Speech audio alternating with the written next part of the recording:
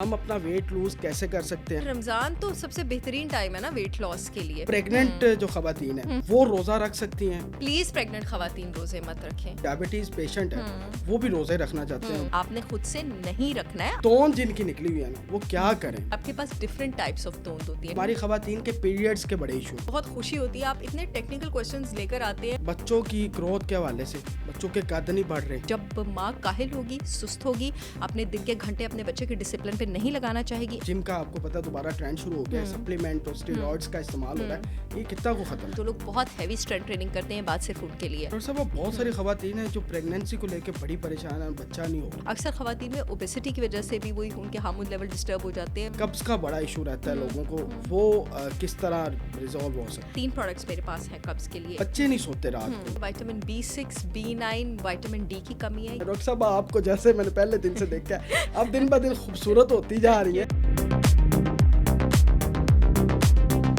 अस्सलाम वालेकुम पाकिस्तान, मैं हूँ आपका मेज़बान ज़ैन आसी और आप देख रहे हैं 365 पॉडकास्ट।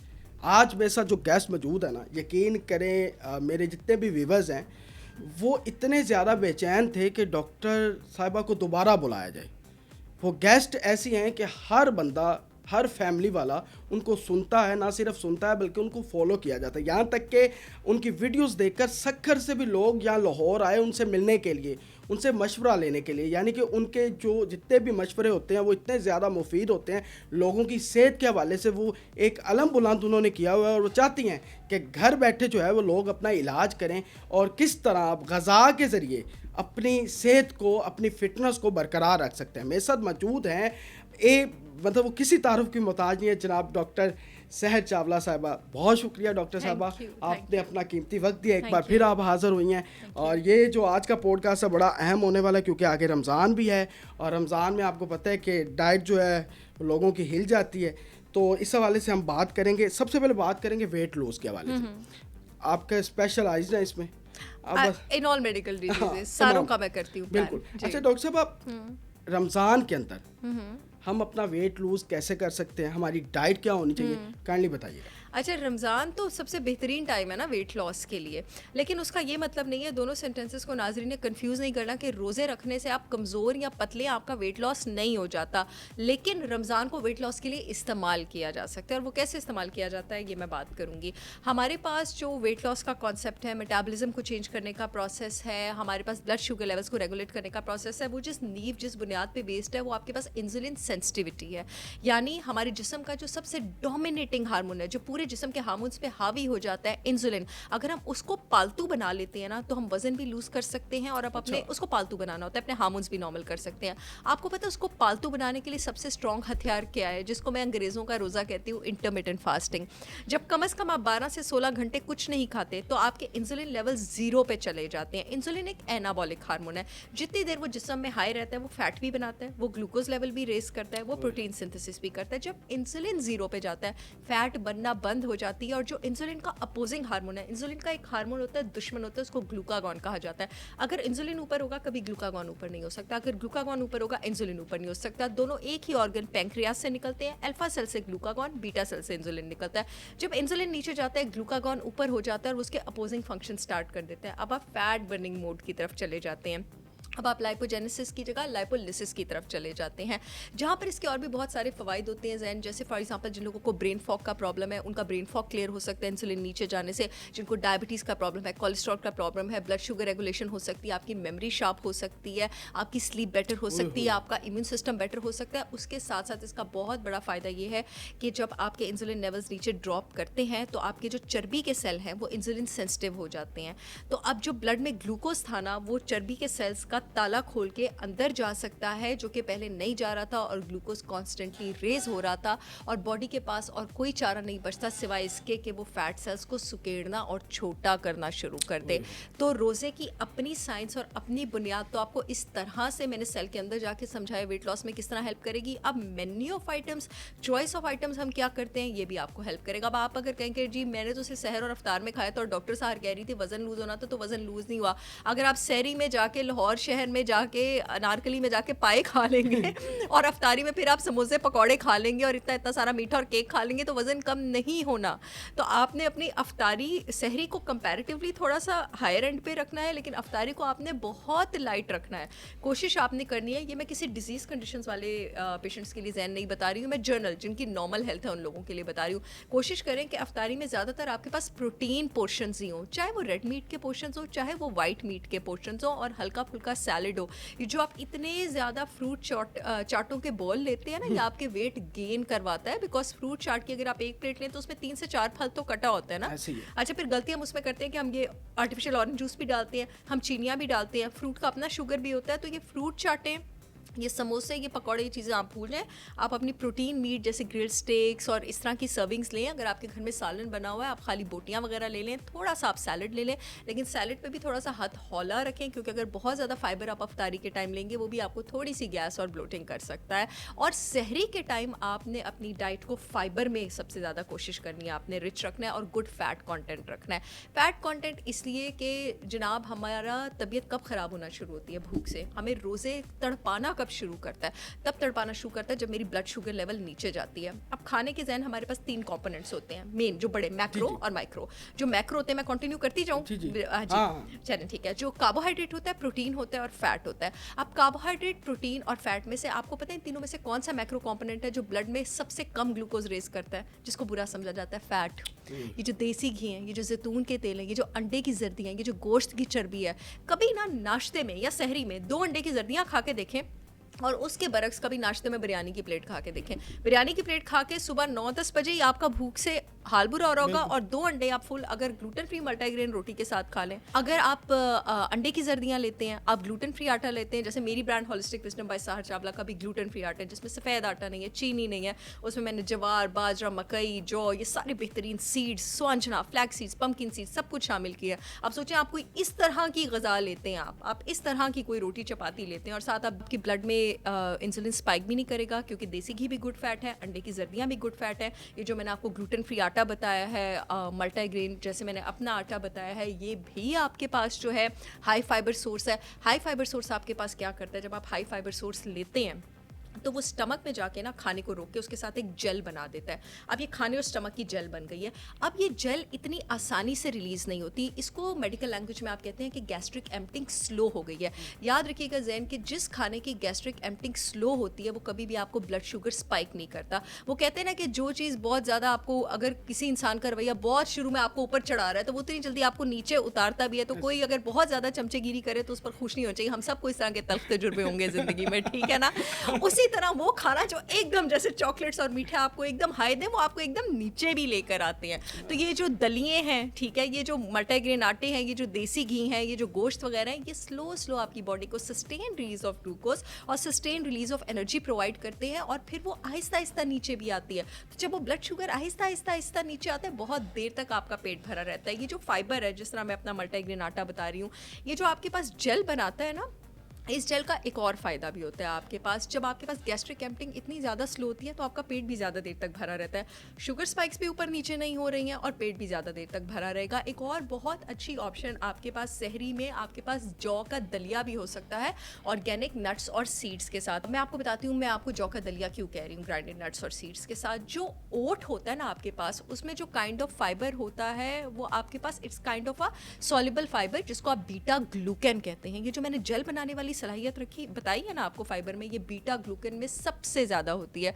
मेरी brand holistic wisdom by Sahar Chawla का जो चैंपियंस ब्रेकफास्ट है, उसमें मैंने रोस्टेड ओट्स के साथ ड्राइड बनाना भी डाला हुआ है, ड्राइड एप्पल भी डाला हुआ है, उसमें मैंने मेवा भी डाला हुआ है, उसमें मैंने बादाम भी डाले हुए हैं, उसमें मैंने अखरोट, कमाल है वो, उसमें मैंने अखरोट भी डाला हुआ है। तो अगर आपके बच्चे रोज़ा रखना चाह रहे हैं, आप उनको दें ग्लूटेन फ्री आटा, आप उनको दें चैंपियंस ब्रेकफास्ट। पूरे पाकिस्तान में मेरे प्रोडक्ट्स की शिपमेंट हो रही है, मैं बताती चलूँ जो लोग इंटरेस्टेड है, www.holisticwisdombysaharchavla.com पे आप ऑर्डर कर सकते हैं। और लाहौर में अमाना मॉल पे फर्स्ट फ्लोर पे आप मेरे प्रोडक्ट्स अवेलेबल हैं, शिल्टन प्योर के आउटलेट पे। फर्स्ट रैक उनका है, बड़ा ही अच्छा हो गया। अच्छा, अब प्रेग्नेंट जो खवातीन हैं जो पहले 3 मंथ की हैं, ठीक है, और फिर जो आखिरी 3 मंथ की, वो रोज़ा रख सकती हैं? एक तो उनके जहन में होता है कि जी हम रोज़ा रखेंगी, बच्चे की सेहत पे क्या असर पड़ेगा, उनकी ग्रोथ नहीं होगी, उनके हवाले से क्या है वो किस तरह रोज़ा रखें? प्लीज़ प्रेग्नेंट खवातीन रोज़े मत रखें, और अगर आप कंसेप्शन प्लान भी करेंगे तो प्लीज़ आप रोज़े ना रखें फॉर गॉड सेक। और इस बात का तो एज भी है, बिकॉज इस टाइम आप सिर्फ अपनी बॉडी के लिए जिम्मेदार नहीं, आप अपने बच्चे की बॉडी के लिए भी जिम्मेदार हैं। देखिए जैन, एक प्रेग्नेंट खातून को दिन में जितनी बार और जितना पोषण लेना पड़ता है वो रोज़े के साथ पॉसिबल ही नहीं है। वो अफ्तारी में कितना ज़्यादा खा लेंगी, और स्पेशली क्योंकि पहले 3 महीनों में प्रोजेस्टेरॉन लेवल्स की वजह से औरतों को मतली और उल्टी बहुत ज़्यादा होती है, अक्सर औरतों को गैस्ट्राइटिस भी होता है, तो उनके लिए खाना वैसे ही प्रॉब्लमेटिक बना रहता है। मेरे पास पेशेंट्स आती हैं और मैं उनको बहुत ज़्यादा काउंसिल करती हूँ, समझाती हूँ, क्योंकि रोज़े रख रही होती है प्रेगनेंसी में, पहले 3 महीने मतली और उल्टी की वजह से वैसे ही नॉजियस होने की वजह से कुछ खाया नहीं जा रहा होता, तो खाली अफ्तारी के टाइम पानी पी रही हैं, सहरी के टाइम मुश्किल से एक शामी खा रही हैं, तो सोचें कि आपके बच्चे को क्या मिल रहा होगा। खुदा के वास्ते प्रेग्नेंट खवातीन रोज़े ना रखें। अच्छा डॉक्टर साहब, जितने भी डायबिटीज़ पेशेंट हैं वो भी रोज़े रखना चाहते हैं, बहुत ज़्यादा मजहबी लोग भी हमारे, क्योंकि सारी सी बात है, एक इस्लामी जमहूरिया पाकिस्तान में हम रहते हैं, इस्लाम को फॉलो करते हैं, लेकिन वो मेडिसिन खाते हैं, उससे आपको पता है कि वो शुगर नीचे जाता है, शुगर नीचे चला जाता है, उसके बाद ना खाया जाए, इंसुलिन इतनी बन जाती है, तो वो क्या करें? वो रोज़े भी रखना चाहते हैं, उनके लिए बता दें। जी, रोज़ा रखना फ़र्ज़ है और डायबिटिक पेशेंट्स भी रख सकते हैं, लेकिन आपने अकेले नहीं रखना। अब जैसे फॉर एग्जांपल मेरे जितने भी क्लाइंट्स और पेशेंट्स हैं ना जैन, जिनको डायबिटीज़ है, सारे के सारों का मैं रमज़ान चार्ट बनाऊंगी, क्योंकि देखें ना, कोई अपने आपको ओरल हाइपोग्लाइसीमिक से मैनेज कर रहा होगा, कोई अब सिर्फ सुबह के टाइम लेता होगा ब्लड शुगर लो करने की दवाई, कोई दिन में 2 बार लेता होगा, कोई 3 बार लेता होगा। अब तो मैं दवाइयाँ छुड़वा देती हूँ, लेकिन जब तक नहीं छुड़वा पाती हूँ, ठीक है। और कोई इंसुलिन लेता होगा। अब इंसुलिन भी डिफरेंट टाइप्स की होती है, एक शॉर्ट एक्टिंग होती है, एक रैपिड एक्टिंग होती है, एक इंटरमीडिएट एक्टिंग होती है, ठीक है। और उसके भी हर एक के यूनिट्स डिफरेंट होते हैं, टाइमिंग्स डिफरेंट होती हैं। तो कुछ केसेस डायबिटीज़ के आप कह लें कि 10 से 15% केसेस इनिशियली ऐसे होते हैं जो 3-4 महीने बिल्कुल रोज़ा नहीं रख सकते, जब तक वो नहीं आप पालतू नहीं कर देते उनकी इंसुलिन को। लेकिन बाकी मेजॉरिटी केसेस में मैं अपने पेशेंट्स को रखवाती हूँ, लेकिन वो अपनी सुपरविजन के बगैर नहीं। आपने खुद से नहीं रखना है, आपका मेन्यू डाइट चार्ट हर हफ्ते हर दिन चेंज होना चाहिए। फिर हर मंडे को मैं उनके ब्लड शुगर लेवल्स जो है उसको मॉनिटर करती हूँ कि इस हफ्ते का चार्ट क्या था, फिर हम आगे डिसाइड करते हैं क्या करना है और कैसे नहीं करना। तो ये स्टंट खुद नहीं मारना। जिनकी तोंद निकली हुई है, मैंने तो वैसे आज से रोटी, और आज से नहीं, कुछ दिन पहले से रोटी और चावल छोड़ दिया, ठीक है, मैं नहीं खा रहा, ठीक है, और बिल्कुल सिर्फ स्टेक और साथ सब्जियां, ठीक है, और इस तरह का कोई इंग्लिश खाना खा रहा हूँ। तो अब तोंद जिनकी निकली हुई है ना, वो क्या करें? हर बंदा परेशान है। डॉक्टर साहब, आपको जैसे मैंने पहले दिन से देखा है, अब दिन ब दिन खूबसूरत होती जा रही है, दोबारा बता दें। हम सुन लेते हैं आपकी बातें, लेकिन ना पता नहीं कम वक्त हम इतने हैं कि हम फॉलो नहीं करते। देखिए जी, तोंद का मैंने पहले भी बताया था कि आपके पास डिफरेंट टाइप्स ऑफ तोंद होती है, ठीक है। अगर आपके पास फैटी लिवर वाली बेली है ना, वो जो ऐसे मर्द भी ऐसे लगते हैं जैसे प्रेग्नेंट हुए हैं, वो वाली मैंने एक बार पहले भी ये बात बोली थी, ठीक है। और औरतें भी ऐसे बेचारी ना ऐसे बिल्कुल गुब्बारे जैसा पेट फूला होता है आती हैं, तो रोजे से बड़ी गनीमत ही नहीं है कोई आपके पास अगर आपने फैटी लिवर, क्योंकि फैटी लिवर वाली जो बेली है उसकी बुनियाद ही इंसुलिन रेजिस्टेंस पे होती है। आपको बुनियाद समझने की जरूरत है। अच्छा, अगर आपके पास स्ट्रेस वाली बेली भी है ना, वो जो मैंने बताया था थोड़ी सी लटकी होती है ऊपर से भी, लेकिन नीचे से भी पूरा एक गोगड़ निकला होता है। एड्रीनल बेली को कम करने के लिए भी इंटरमिटेंट फास्टिंग बहुत अच्छा पालतू करती है, क्योंकि इंसुलिन जो होता है वो आपके पास स्ट्रेस हार्मोन कॉर्टिसोल को डायरेक्टली प्रोपोर्शनल होता है, यानी अगर इंसुलिन नीचे जाएगा तो कॉर्टिसोल भी नीचे जाएगा। अगर आपके पास हार्मोनल बेली है ना, यानी एंड्रोजन टेस्टोस्टेरोन ज़्यादा है औरतों में, या टॉक्सिक एस्ट्रोजन बहुत ज़्यादा है, या कभी एस्ट्रोजन बहुत ज़्यादा कम हो ना, वो औरतें जिनको पीरियड्स बहुत कम होते हैं उनकी भी नीचे वाला पेट निकल आता है, इसमें आपको रोज़ा हेल्प नहीं करता है। इसके लिए जब तक आपके हार्मोन्स नॉर्मल ना हो, आपका पेट कम नहीं हो सकता। और अगर वो जो एक प्रॉपर आपके पास यही सबक्यूटेनियस फैट है, मोटापा है, थायराइड बेली में भी रोज़ा हेल्प करता है। जो थायराइड हार्मोन स्लो होने की वजह से सिर्फ हार्मोनल बेली में हेल्प नहीं करता। अगर स्ट्रेस वाली बेली है, जिगर की चर्बी वाली बेली है, जो आपके पास एक नॉर्मल मोटापा होता है, जो आगे से डायबिटीज़, कोलेस्ट्रॉल और ब्लड प्रेशर, इन सारी चीज़ों की रीज़न बनती है। और अगर हाइपोथायराइडिज्म से बेली हुई है तो ये सारी चीज़ों में आपको रोज़ा हेल्प करेगा। रमज़ान के अंदर पूरा साल जिसने समोसे नहीं खाए, कोड़े नहीं खाए, रमज़ान के अंदर हर घर के अंदर ऑयल के अंदर चीज़ें फ्राई हो रही हैं। अब या तो वो एडिक्शन इतनी है उस पूरे महीने में, हमने पकोड़े भी लाजमी खाने, हमने समोसे भी, अब फ्राई करने के लिए ऑयल का इस्तेमाल होता है। इस हवाले से बताएं, अगर कोई खा भी लेता है तो वो क्या ऑयल बेहतर है? नहीं, देखिए जी, मैंने एक बार पहले भी बात की थी, करती ही रहती हूँ, कि जो वेजिटेबल्स ऑयल्स हैं, sunflower oil, canola oil, cotton seed oil, corn oil, सारे मुज़र सेहत हैं। इन सब में आपके पास पुफा होता है, पुफा पुफ फट जाता है, पॉली अनसैचुरेटेड फैटी एसिड। इनमें एबिलिटी नहीं होती है कि ये थोड़ी सी भी हीट बर्दाश्त करें। और सोचें, जब आप उसको हाई हीट पे करते हैं आप उसकी हाइड्रोजनेशन करते हैं, आप उसको ऑक्सीजन प्रोवाइड करते हैं, वो चेंज होकर, म्यूटेट होकर, ऑक्सीडाइज होकर, डैमेज होकर ऐसे कैंसर कॉजिंग केमिकल्स में कन्वर्ट होते हैं ना कि वो जिस्म में जाके सोजिश और तहलका मचा देते हैं, आपकी यादाश्त, आपका जिस्म, आपके ब्लड की नालियाँ, आपका इम्यून सिस्टम, आपकी आंतें, सब कुछ उड़ा देते हैं। अब फिर मैं ऑप्शन बताऊंगी तो लोग कहेंगे कि महंगी ऑप्शन बता रही हैं। अगर अव्वल तो फ्राइड आइटम्स खाने ही नहीं चाहिए, मैं भी तो अपने ऊपर कंट्रोल करती हूँ, हम सब कंट्रोल कर सकते हैं। अगर कभी कोई फ्राई करना पड़ भी जाए, मुझे पता है मैं बहुत महंगी बात बताने लगी हूँ, तो देसी घी में फ्राई करें। क्यों? 2 रीज़न है उसके जहन। देसी घी का स्मोक पॉइंट हाई होता है। स्मोक पॉइंट हाई होने का मतलब है कुछ 550 से ऊपर होता है कि मैं इस चीज़ को कितनी ज़्यादा आग में हीट कर सकती हूँ और इसका कितना टेम्परेचर रेज कर सकती हूँ कि इसकी बस ना हो, इसका स्ट्रक्चर चेंज ना हो। देसी घी की बस नहीं होती है। जो वेजिटेबल, बड़ी आसान लफ्ज़ों में मैंने समझाया ताकि लोगों को समझ आए, वेजिटेबल ऑयल की बस हो जाती है, इतनी सी भी बर्दाश्त नहीं कर सकता। देसी घी आप समझे एक आला ज़र्फ आदमी है जिसकी आसानी से बस नहीं होती है, और एक ही जी फ़ौरन ही फट जाते हैं और फ़ौरन ही बस हो जाती है। दूसरा, देसी घी को आप क्यों इस्तेमाल करेंगे? देसी घी सैचुरेटेड फैट है। ये बड़ी केमिस्ट्री वाली बात बताना चाहती हूँ, बिकॉज मेरी हमेशा कोशिश है कि मैं पूरे पाकिस्तान को डॉक्टर और न्यूट्रिशनिस्ट और बायोकेमिस्ट बना दूँ, हर एक को बायोकेमिस्ट्री समझ आती हो। देखिए जी, आपके पास नेचर में 2 तरह के फैट होते हैं, अनसैचुरेटेड और सैचुरेटेड। आप ये कह लें कि जो अनसैचुरेटेड फैट, जो वेजिटेबल ऑयल है, उसमें वो कमज़ोर कड़ी है जो कि हाइड्रोजन या ऑक्सीजन को जगह आने देती है। जैसे एक जोड़ा और एक मैरिड कपल नहीं होता जो कमज़ोर होता है, जिसके बीच गुंजाइश होती है कड़ी की कि कोई आए और उसकी मिसअंडरस्टैंडिंग करा दे। सैचुरेटेड फैट एक ऐसा शादीशुदा जोड़ा है जिनकी आपस में बॉन्डिंग इतनी स्ट्रॉन्ग है कि हाइड्रोजन आए, ऑक्सीजन आए, हीट तेज़ हो, उसका स्ट्रक्चर ख़राब नहीं होना है, उसकी मिसअंडरस्टैंडिंग नहीं होनी है। तो देसी घी आपके पास वो चीज़ है, उसका स्ट्रक्चर वो है। तो स्ट्रक्चर और स्मोक पॉइंट दोनों अलाउ करते हैं कि आप देसी घी में हीट कर सकते हैं। आप चाहें तो मेरी brand holistic wisdom by Sahar Chawla का ऑर्गेनिक काऊ देसी घी लॉन्च कर सकते हैं। पाकिस्तान में इससे बेहतरीन देसी घी आपको मिला तो मैं अपना नाम बदल दूंगी। डॉक्टर साहब, अब मैं 2 सवाल, आपका टाइम बड़ा कीमती है तो मैं 2 सवाल इकट्ठे। हमारी खवातीन के पीरियड्स के बड़े इशू हैं। एक तो पीरियड्स इरेगुलर है, हो नहीं रहे, कईयों को होते हैं तो महीने में 2 बार हो रहे हैं या पूरा साल स्पोर्टिंग चलती रहती है। ये क्यों होता है और इसका इलाज क्या है? अच्छा, मुझे जैन सबसे पहले बहुत खुशी होती है आप इतने टेक्निकल क्वेश्चंस लेकर आते हैं। मतलब आपकी सही वो क्वेश्चंस है कि वाकई आपने ऑब्जर्व किया हो कि लोगों को प्रॉब्लम हो रही है। दोनों ऑपोजिट रीजंस की वजह से हैं। जो पीरियड्स की बार बार स्पॉटिंग होती है वो ईस्ट्रोजन टॉक्सिसिटी की वजह से होती है, और मैं इन केसेस को डील भी करती हूँ बहुत सक्सेसफुली। हम 2 तरह के टॉक्सिन से एक्सपोज हैं। हमारे जिस्म को, औरत के जिस्म को जो एस्ट्रोजन चाहिए वो फाइटोएस्ट्रोजन है, गुड एस्ट्रोजन।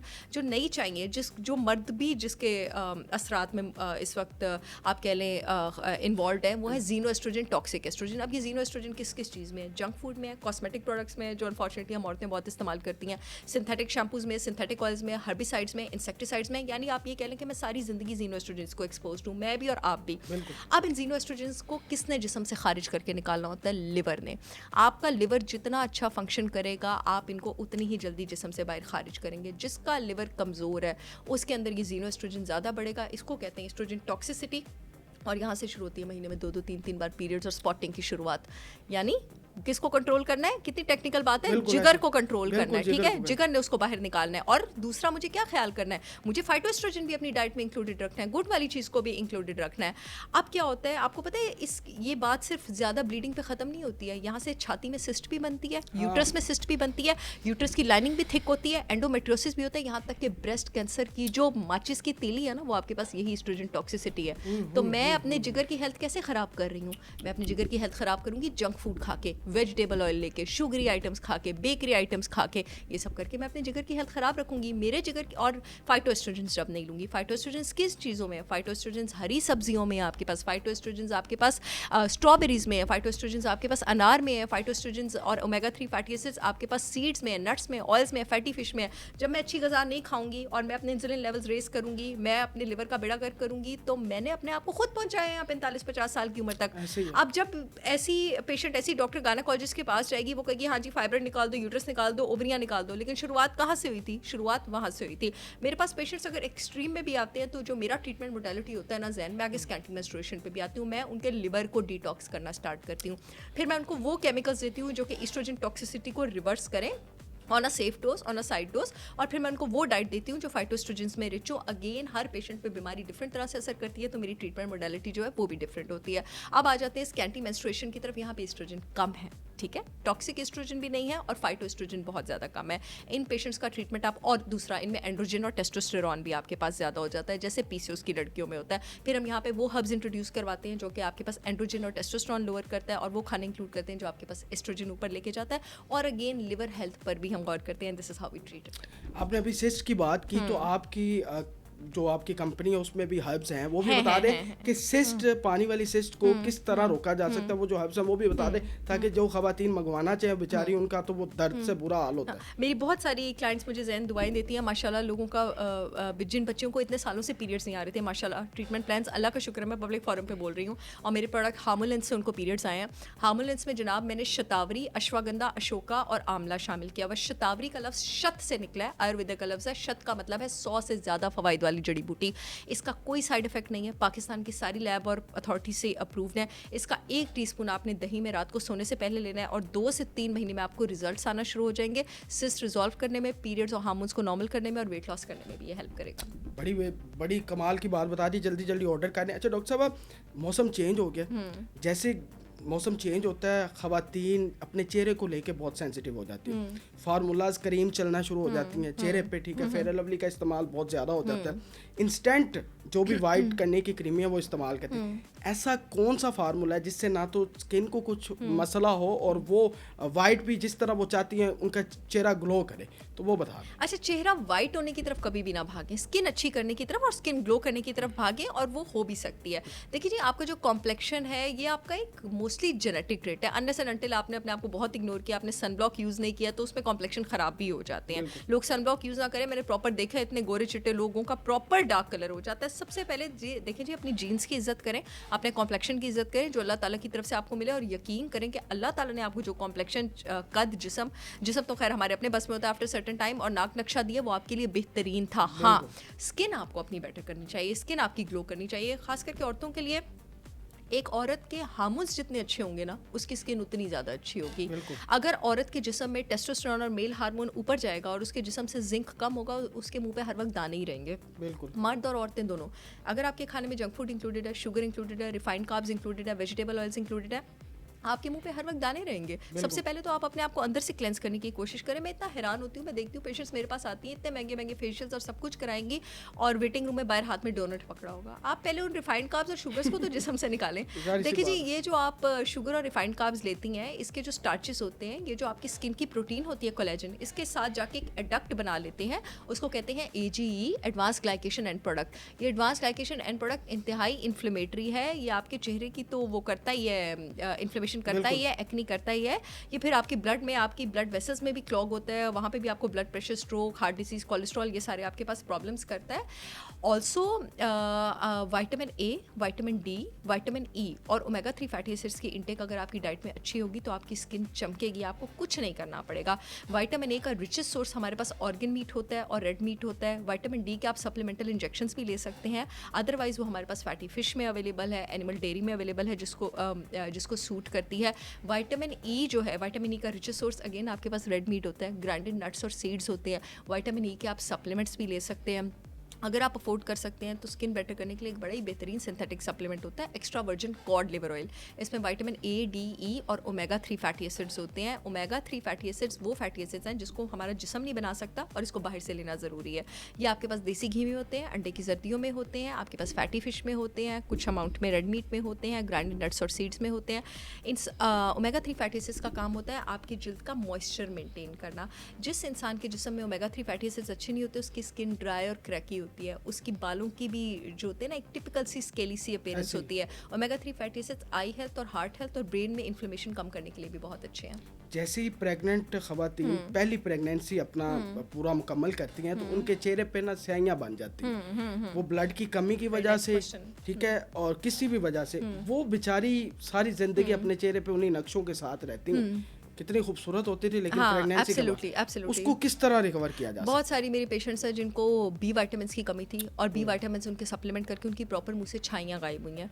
मोस्टली आपके पास छाइयाँ जो जिन लोगों के चेहरे पे पड़ी होती हैं वो जिंक की कमी से ज़ैन पड़ी होती हैं, और B कॉम्प्लेक्स आपके पास 8 विटामिन्स का एक कॉम्बिनेशन होता है, B1, B2, B3, B5, B6, B7, B9, B12, ठीक है।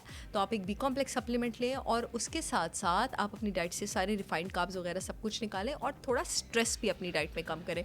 मैंने मैंने अभी अपने एक प्रोडक्ट हार्मोलेंस का जिक्र किया था, उसमें शतावरी होता है जो कि एडाप्टोजन है, जो कि आपके स्ट्रेस ग्लैंड्स को रेगुलेट करने में बहुत हेल्प करता है। आप हार्मोलेंस भी इंक्लूड कर सकते हैं। डाइट आप जितनी अच्छी रखेंगे आप, और एंड अदर देन दैट मैं ये भी बात करना चाहूँगी, प्लीज़ सन ब्लॉक, चाहे आप मर्द हैं चाहे औरत हैं, प्लीज़ सन ब्लॉक इस्तेमाल किया करें। इतने सारे लोगों की छाइयाँ तो मैंने सन ब्लॉक लगा के रिवर्स की हैं। डॉक्टर साहब, बच्चों की ग्रोथ के हवाले से, बच्चों के कद नहीं बढ़ रहे, क्या उनका ब्रेकफास्ट होना चाहिए, लंच क्या होना चाहिए, डिनर क्या होना चाहिए? हमारी माएँ बहुत परेशान। हाँ, देखिए जी, बच्चों का कद, वैसे तो हाइट मोस्टली एक जेनेटिक ट्रेट है, लेकिन 2000% आप अपने बच्चे को खाने में क्या देती हैं उससे हाइट इन्फ्लुएंस होती है। इनफैक्ट अब तो मेरे पास ऐसे भी पेशेंट्स आना शुरू हो गए कि माँ बाप इतने लंबे और बच्चे का कद ही नहीं आपके पास बढ़ रहा। सबसे पहले तो अगर आपके बच्चे की हाइट नहीं बढ़ रही है, उनका ग्रोथ हार्मोन, सीरम इंसुलिन, आपने उनका थायराइड प्रोफाइल चेक करवाना है। इसके साथ साथ आपने उनका जो है विटामिन डी लेवल चेक कराने हैं, उनकी ग्लूटेन सेंसिटिविटी चेक करवाएं और फूड एलर्जी टेस्ट कराएं। आप यकीन करें, इतने सारे बच्चों का तो सिर्फ गंदम छुड़वाया मैंने और उनका कद बढ़ना शुरू हो गया। सिर्फ गंदम छोड़ने से? ग्लूटेन सेंसिटिविटीज हैं अब इतनी कॉमन है कि अगर आप ग्लूटेन सेंसिटिव है ना, तो आपकी इंटेस्टाइन और आपकी आंतें थ्रू आउट टीयर होती रहती हैं। आप सोचिए, अगर इंटेस्टाइन और आंतें थ्रू आउट टीयर होती रहेंगी तो मेरा जिस्म न्यूट्रिएंट्स अब्जॉर्ब करेगा? मेरा जिस्म न्यूट्रिएंट्स अब्जॉर्ब नहीं करेगा। कि न्यूट्रिएंट्स अब्जॉर्ब नहीं करेगा तो मेरा कद कैसे बढ़ेगा? जो आपका ग्रोथ हार्मोन है, जो कि मोस्टली बच्चों में बहुत एक्टिवली सिक्रीट हो रहा होता है, और बच्चे जब रात को हम सोते हैं ना, मैं और आप भी, हमारी उम्र में ये एंटी एजिंग का काम करता है। हम में से जिसका ग्रोथ हार्मोन उतना अच्छा होगा, वो उतनी उसकी एंटी एजिंग वो अपनी उम्र से कम नजर आएगा। और इसके साथ साथ ग्रोथ हार्मोन मर्दों में मसल डेवलपमेंट में, हमें भी मसल डेवलपमेंट में हेल्प करता है। बच्चों में ऑफकोर्स ये आपका कद बढ़ा रहा होता है, आपके मसल्स बढ़ा रहा होता है, सब कुछ कर रहा होता है। ग्रोथ हार्मोन आपके दिमाग के जिस ग्लैंड से निकलता है वो पिट्यूटरी ग्लैंड है, और उसको स्टिमुलस के लिए आपके पास जिंक चाहिए होता है। जिन लोगों में, और विटामिन डी चाहिए होता है, पिट्यूटरी में रिसेप्टर्स हैं उसके, जिन लोगों में जिंक और विटामिन डी की कमी होगी, उनकी ग्रोथ हार्मोन की सिक्रीशन उतनी होगी नहीं। अब जिंक किन लोगों में कम होता है? जिंक जनाब उन लोगों में कम होता है जो शुगर, ये जो आप अपने बच्चों को देती है ना, न्यूटेला और जैम और बेकरी और पास्ते, रिफाइंड कार्बोहाइड्रेट सब कुछ लेते हैं। जब आप ये रिफाइंड कार्बोहाइड्रेट, शुगर और जंक फूड लेते हैं, आपके जिस्म से दो चीज़ें बहुत जल्दी डिप्लीट होती हैं, एक जिंक और एक बी विटामिन। बी विटामिन जब डिप्लीट होते हैं, वो एक टोटल अलग डोमेन है, उसमें बच्चे ADHD और ऑटिज्म का रिस्क ज़्यादा होता है। जब जिंक आपके पास डिप्लीट होता है तो आपके पास डायबिटीज़ के प्रॉब्लम होते हैं। जिंक डिप्लीट होता है तो लड़कियों में यही PCOS वगैरह होता है, एंड्रोजन ज़्यादा हो जाते हैं, और बच्चों में ग्रोथ हार्मोन इफेक्ट होता है, उनका कद नहीं बढ़ता। इसलिए अब आप सोचें कि अगर मैं खाने की ऐसी चीज़ ले रही हूँ जो मेरे ग्रोथ हार्मोन का स्टिमुलस ही हटा रहा है, तो क्या मेरा कद, क्या बच्चे का कद बढ़ेगा? इतनी आप बड़ी बड़ी गलतियाँ करें, कद नहीं बढ़ेगा। फिर सीरम इंसुलिन कराना इतनी इसलिए ज़रूरी होता है कि मोस्टली मैंने अपनी प्रैक्टिस में ये रिलेशन देखा है कि जिन बच्चों का ग्रोथ हार्मोन कम होता है उनका इंसुलिन भी हमेशा ज़्यादा होता है। आप कनेक्शन समझ रहे हैं? जंक फूड खा रहे हैं, इंसुलिन ज़्यादा है, जिंक भी निकल रहा है, ग्रोथ हार्मोन भी कम है। इन चीज़ों को फिर हम किस तरह से ठीक करते हैं? और अगेन ग्लूटेन सेंसिटिविटी भी मैंने बात की, तो अपने बच्चों को ठोस और खालिस ग़िज़ा दें उनको। जैसे मैंने बताया, अपने नाश्ते का भी मैंने जिक्र किया, चैंपियंस ब्रेकफास्ट दें, आप मल्टीग्रेन आटे दें उनको, आप उनको गोश्त दें, आप उनको अंडे की जर्दियाँ दें। अपने बच्चों को ऑर्गन मीट्स की आदत डालें। अल्लाह ताला ने न्यूट्रिएंट्स का ख़जाना ऑर्गन मीट्स में बचाया हुआ है, जो कि ना माएँ खुद खाती हैं, कहेंगी मैं तो नहीं ये खाती, मैं तो नहीं बड़ा गोश्त खाती। ना आप सेहतमंद है, ना आपका बच्चा सेहतमंद होगा, क्योंकि बच्चे ज़ाहिर है माँ को कॉपी करते हैं। अब मैं अक्सर देखती हूँ बच्चे ऑफिस में आते हैं, मैं भी रेड मीट नहीं खाती, मेरा बच्चा भी रेड मीट नहीं खाता। आपकी भी इम्यूनिटी और IQ कम है, और बच्चे का भी आप इम्यूनिटी और IQ कम करेंगे। So don't do that. जी, कमाल, सही है। बच्चों को तो खिलाएं कम से कम, चलो आप तो नहीं खा रही। अच्छा, मोबाइल का इस्तेमाल बच्चों को बहुत ज़्यादा करवा दिए, कार्टून से लगा के दे दिए। स्क्रीन टाइम कितना होना चाहिए? देखिए जी, बच्चे का तो स्क्रीन टाइम होना ही नहीं चाहिए। बच्चे को क्या लगे स्क्रीन के साथ, क्या लगे? अभी मेरे पास पेशेंट्स आती है, मुझे कहती हैं कि डॉक्टर साहब आपकी मेमोरी और आपका हाफ्ज़ा इतना ज़्यादा। मैंने कहा जी अल्लाह का शुक्र है कि हमारे टाइम में वो नहीं था, स्क्रीन नहीं थी और ये सारी चीज़ें नहीं थी, और अगर होती भी तो मेरी अम्मी बहुत सख्त थी, 2 थप्पड़ लगाती थी, ज़रा भी इधर उधर होते थे हम तो ये तो सारा माओ का है कि वो नस्म सब्त है और ये सब कुछ मेंटेन करें। देखिए, माओ के हाथ में भी तो हर वक्त मोबाइल होता है। अब चाहे मुझे जितना भी बैकलैश मिले इस पोस्ट पे, लेकिन जब माँ काहिल होगी, सुस्त होगी, अपने दिन के घंटे अपने बच्चे के डिसिप्लिन पे नहीं लगाना चाहेगी, एफर्ट नहीं डालना चाहेगी। देखिए, अगर माँ और बाप दोनों वर्किंग है फिर तो दोनों की जिम्मेदारी है, लेकिन अगर बाप वर्किंग है तो वो बेचारा पूरा दिन बाहर भी खपे और घर आके बच्चे के साथ भी कुछ तो संभालें, आप कुछ तो करें, ठीक है ना? जो वर्किंग मदर्स नहीं है, फिर आप घर में बैठ के अपनी पूरी एनर्जी उसी तरह जॉब की तरह अपने बच्चे को दें, ठीक है? जब देखिए, जहन में मान नहीं सकती, जब माँ बच्चे को एंगेज करके रखेगी डिफरेंट प्रोडक्टिव एक्टिविटीज़ में स्कूल के बाद, उसको मत ही नहीं रहेगी कि वो स्क्रीन पकड़े। अब तो ये डॉक्यूमेंटेड रिसर्चेज आ गई हैं कि स्क्रीन टाइम बच्चे का IQ भी कम करती है और आपका जो है स्पीच डिले भी करती है। इतने सारे बच्चों का, जैसे मैंने ग्लूटेन छुड़ाया, मैंने आपको बताया कद बढ़ा है, ADHD के सिम्टम्स बढ़े हैं, बहुत सारे बच्चों का स्पीच भी बेटर हुआ है स्क्रीन टाइम छोड़ के। अच्छा डॉक्टर साहब, एक सवाल मर्दों के हवाले से, मर्द बड़ा शर्माते हैं। मुझे लगता है पूछना चाहिए कि मर्दों की छाती बढ़ जाती है। हाँ, नहीं अच्छा क्वेश्चन है। ठीक है, वो क्या बड़ा अच्छा क्वेश्चन है। नहीं ज़ैन, ये बहुत अच्छा क्वेश्चन है। इस कंडीशन को गायनेकोमेस्टिया कहते हैं, ठीक है। और गायनेकोमेस्टिया आपके पास मोस्टली उन मर्दों में होता है जिनमें आपके पास मेल हार्मोन टेस्टोस्टेरोन कम होता है और एस्ट्रोजन ज़्यादा हो जाते हैं। ये मैंने वही जो जीनो एस्ट्रोजन और टॉक्सिक एस्ट्रोजन की बात की थी, और ये मोस्टली उन मर्दों में होता है ज़ैन, अगर इनका आप सीरम इंसुलिन लेवल करा लें तो इनके इंसुलिन लेवल्स भी ऊपर होंगे। तो इंसुलिन लेवल्स को रेगुलेट करके, कंट्रोल करके, लिवर को डिटॉक्स करके, और फिर कुछ ऐसी हर्ब्स भी हम इंक्लूड करते हैं जो टेस्टोस्टेरोन लेवल्स ऊपर लेके जाएं। जैसे मेरा एक प्रोडक्ट सुपरमैन पाउडर भी है। सुपरमैन पाउडर में शिलाजीत, मक्का रूट और ट्रैवलिस टेरेस्ट्रिस मैंने इंक्लूड किया हुआ है। 100% ऑर्गेनिक है तीनों, और टेस्टोस्टेरोन लेवल्स को बूस्ट करते हैं। ये आपको ये छाती जो बड़ी है इस प्रॉब्लम में भी हेल्प कर सकते हैं। उसको लेना किस तरह इस्तेमाल? उसका आपने 1 टीस्पून लेना है, डब्बे के ऊपर लिखा हुआ है, किसी भी अपने मॉर्निंग स्मूदी या ड्रिंक में मिला के, and you have to take it. अच्छा, जिम करने के लिए जो लोग अभी जिम का आपको पता दोबारा ट्रेंड शुरू हो गया है, सप्लीमेंट और स्टेरॉइड्स का इस्तेमाल हो रहा है, ये कितना को खतरनाक है? स्टीरॉइड्स तो देखें जैन, मैं उसके टोटली अगेंस्ट हूँ। स्टीरॉइड्स आपके पास इम्यूनोसप्रेसेंट्स होते हैं, ये आपके यानी आपके इम्यून सिस्टम के पास जाते हैं, उसको जाके कहते हैं शट अप, अब तुम्हारी आवाज़ ना आए, ठीक है। इम्यून सिस्टम को डाउन कोई चीज़ लेके जाएगी तो वो अच्छी होगी।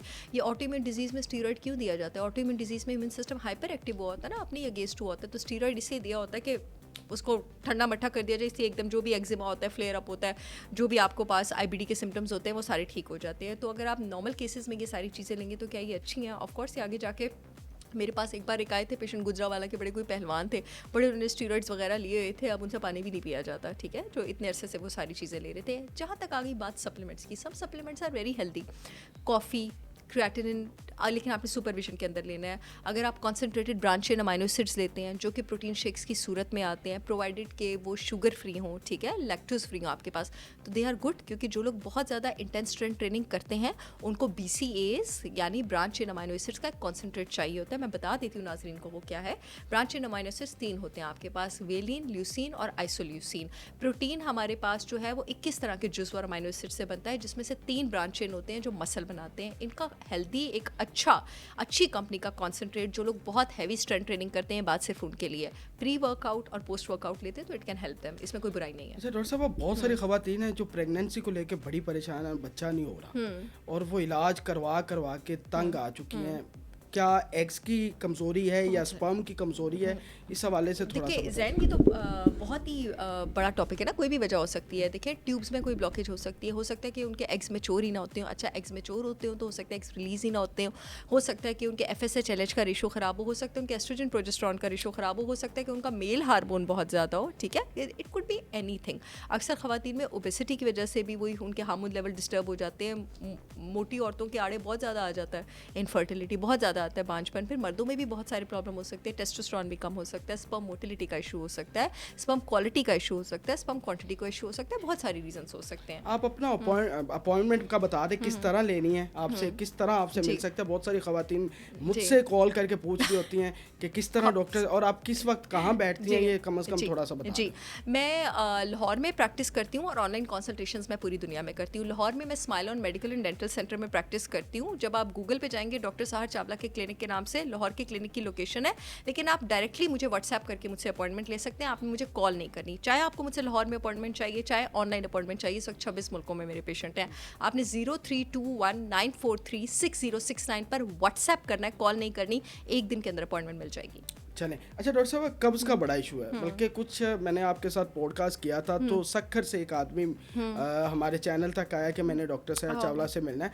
कब्ज़ का बड़ा इशू रहता है लोगों को, वो किस तरह रिजॉल्व हो सकता है? अच्छा, कब्ज़ के लिए आपके पास जो ऑर्गेनिक हर्ब्स जो बहुत ज़्यादा काम आती है, जिसमें त्रिफला, सेना, श्रीलंका दारचीनी, आपके पास अदरक, आपके पास एलोवेरा, वो बहुत ज़्यादा हेल्प करते हैं। 3 प्रोडक्ट्स मेरे पास हैं कब्ज़ के लिए। एक एलोगट के नाम से मेरी प्रिपरेशन है, ये मैंने फ्रेश एलोवेरा जूस प्रिपेयर किया हुआ है उन लोगों को जिनको अल्सर है और उन लोगों को जिनको कब्ज़ का प्रॉब्लम है। इसका एक ढक्कन आपने पानी के जग में लेना है, एलोगट के नाम से मेरी वेबसाइट पे अवेलेबल है, और पूरा दिन उस पानी को पीना है।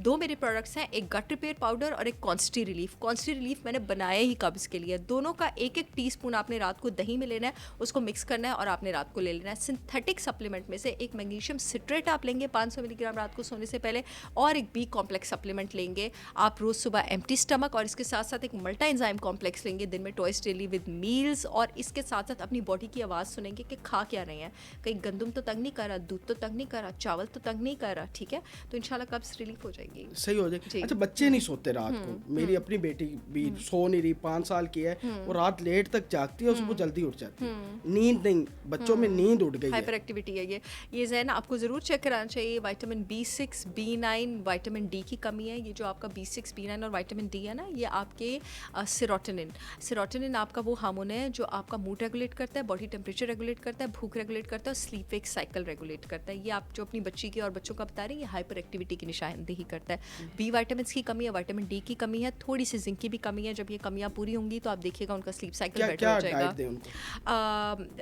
अंडे, गोश्त, ग्राइंडेड नट्स और सीड्स और ये वेजिटेबल ऑयल से आप जान छुड़वा दीजिए और जंक फूड मत दें ताकि बी विटामिन वापस जिस्म में आना शुरू हो। और अपनी बच्ची का या और बच्चों का विटामिन डी लेवल ज़रूर चेक कराएं। अगर 40 से नीचे हो तो आप उनको 2 लाख इंटरनेशनल यूनिट का एक इंजेक्शन जो है 15-15 दिन बाद पिलाना शुरू कर दें। दूध रात को बच्चों को देना चाहिए? देखिए 65% ऑफ एशियन पॉपुलेशन दूध से एलर्जिक है।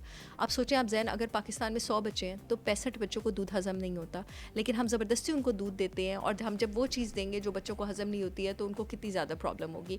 अगर आपके बच्चे को दूध हज़म होता है, उससे प्रॉब्लम नहीं है, फिर तो आपको रात को देना चाहिए, सुबह नहीं देना चाहिए। अगर हज़म नहीं होता तो फॉर गॉड सेक दूध मत दें। ये था आज का पॉडकास्ट जिसमें हमने काफ़ी ज़्यादा इश्यूज़ को समेटने की कोशिश की और डॉक्टर साहबा का कीमती वक्त है, ज़ाहिर सी बात है, और बड़ी मोहब्बत से वो आती हैं और लोगों के लिए फ़ायदेमंद मशवरे देती हैं। इस पॉडकास्ट को आपने ज़्यादा से ज़्यादा शेयर करना है। अपने मेज़बान ज़ैन आसिफ को इजाज़त दें। अल्लाह हाफ़िज़।